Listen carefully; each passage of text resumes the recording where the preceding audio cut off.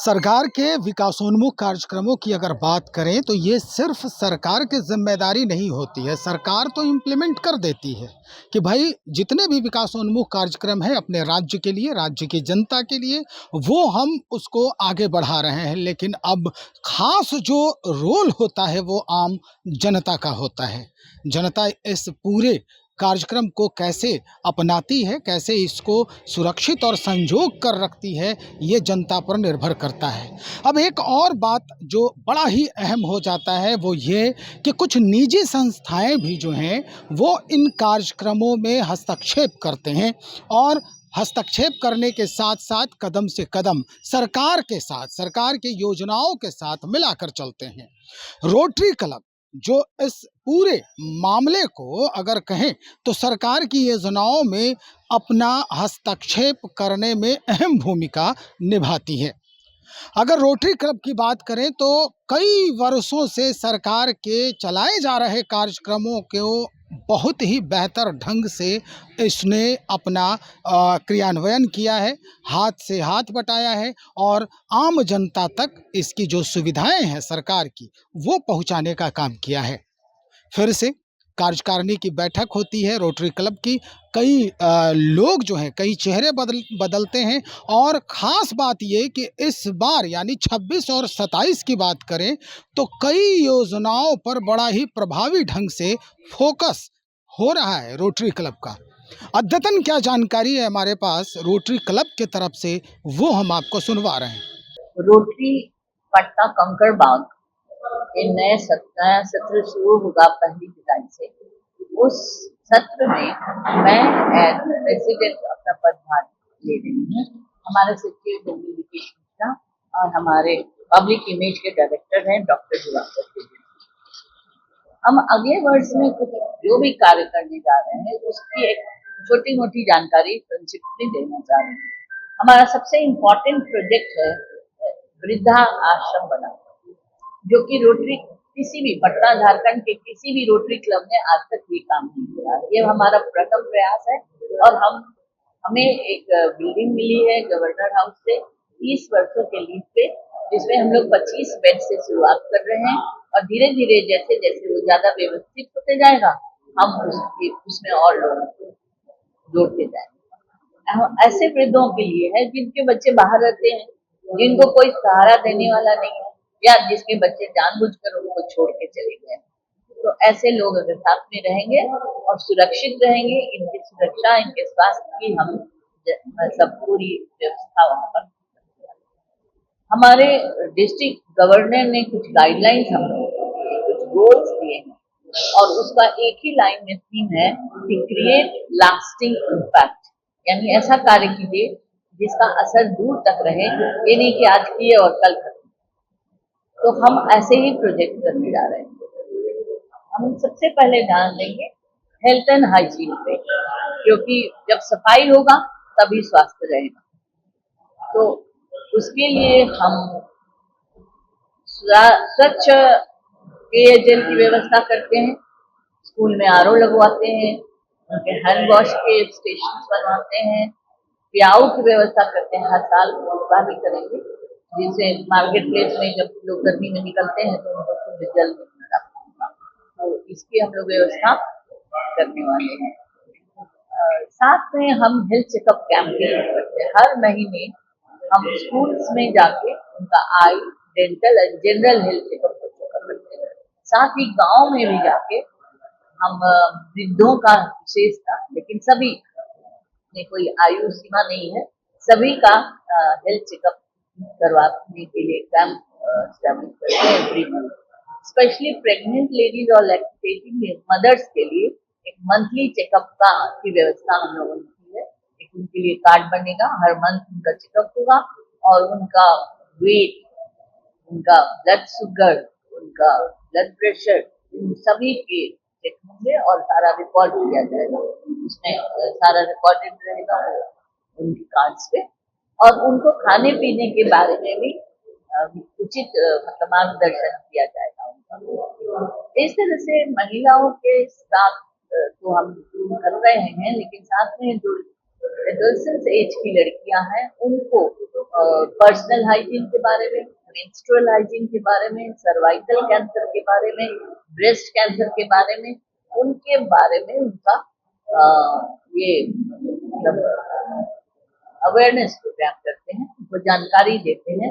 साथ ही हम लोग सर्वाइकल कैंसर की वैक्सीन की भी व्यवस्था करते हैं, उनको दिलवाने की भी उनको की व्यवस्था। आगे हम जो छोटे बच्चे हैं उनको गुड टच बड टच के बारे में भी पता, क्योंकि आजकल समाज में बहुत ही क्या बताएं, बहुत ही गंदी आदत चली हुई है, जिसको बचाने के लिए, अपने बच्चों को बचाने के लिए हमें ये ट्रेनिंग देना बहुत जरूरी है। इसके अलावा हम जो बच्चे हैं, यंग बच्चे हैं, आपको मालूम है कि यूथ में बहुत ही ज्यादा ऊर्जा होती है और इतनी ज्यादा है कि वो कभी उसी के आवेश में आके गलत गलत रास्ते में चले जाते हैं। उनको बचाने के लिए हम उनके बीच में स्पोर्ट्स कराना, क्विज कराना, उनका कैरियर काउंसलिंग कराना, ताकि आगे चल के वो क्या बनना चाहते हैं इसके बारे में सही मार्गदर्शन उनको मिल सके। क्योंकि बहुत से बच्चों को ये पता ही नहीं है कि हम क्या पढ़ें और क्या करें, तो इससे वो भ्रमित हो जाते हैं। तो इसकी भी व्यवस्था हम लोग लगातार ये व्यवस्था कर रहे हैं। साथ में उनको हम अपने रोटरी कल्चर में डालने की कोशिश भी करते हैं।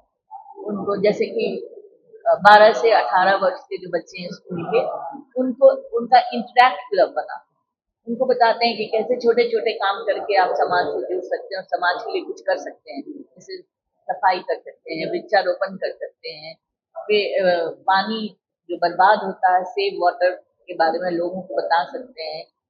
एडल्ट एजुकेशन में हेल्प कर सकते हैं। अपने घर के माली माली है या कुक है या कोई है जो अनपढ़ है, उसको आप पढ़ा सकते हैं, शिक्षित कर सकते हैं। उसके बाद जो 18 से 30 वर्ष के जो युवक होते हैं, उनके लिए रोड ट्रैक क्लब की व्यवस्था है। रोड ट्रैक क्लब भी हमारे जैसा है, रोटरी क्लब के ही जैसे ही समाज सेवा का काम करता है। ये बच्चे अगर हमारे साथ जुड़ेंगे तो एक तो उनमें लीडरशिप क्वालिटी डेवलप करेगी, दूसरा केयरिंग एंड शेयरिंग की हैबिट बनेगी। समाज के प्रति उनका दायित्व का पता चलेगा कि हमको भी कुछ करना चाहिए और क्या करना चाहिए। तो इस तरह से उनका भी चैनलाइज होगा एनर्जी और वो हमारे साथ फ्यूचर रिटेरियन बन के आगे आएंगे। हम डिजास्टर मैनेजमेंट में अभी हम बता रहे थे कि आजकल हमेशा कल ही परसों हम लोग टीवी पर इतना देखे हैं कि कोचिंग में आग लगी, आज से बच्चे जल गए, ये हो गया। तो हम लोग फायर का फाइटिंग कैसे किया जा सकता है इसका ट्रेनिंग सीपीआर की ट्रेनिंग देती है। जिससे हार्ट अटैक वगैरह आता है तो इमीडिएटली अगर कुछ रिलीफ दिया जाए तो बहुत सारे मरीज बच सकते हैं। उसके बारे में तो डॉक्टर साहब ज्यादा अच्छे से बता सकते हैं, मैं तो डॉक्टर नहीं हूँ। इसलिए इस तरह की हम ट्रेनिंग दिया और डॉक्टर्स से, हमारे क्लब में भी बहुत डॉक्टर्स हैं और हम बाहर से भी डॉक्टर हायर करेंगे और इस तरह हम उनके साथ हर इंस्टीट्यूशन में जाके ये ट्रेनिंग करवाएं। ब्लड डोनेशन कैंप्स तो हम करते ही रहते हैं। वातावरण को सुधारने के लिए, क्योंकि बिना वातावरण सही रहे तो हम तो नहीं जीवित रहेंगे, हमारा कोई अस्तित्व ही नहीं रहेगा। तो सबसे पहले सबसे बड़ा कदम ये होगा कि हर व्यक्ति एक तो कम से कम पेड़ जरूर लगाए। अपने जीवन काल में अगर 10 पेड़ भी लगाता है तो वो बहुत बड़ा कंट्रीब्यूशन है।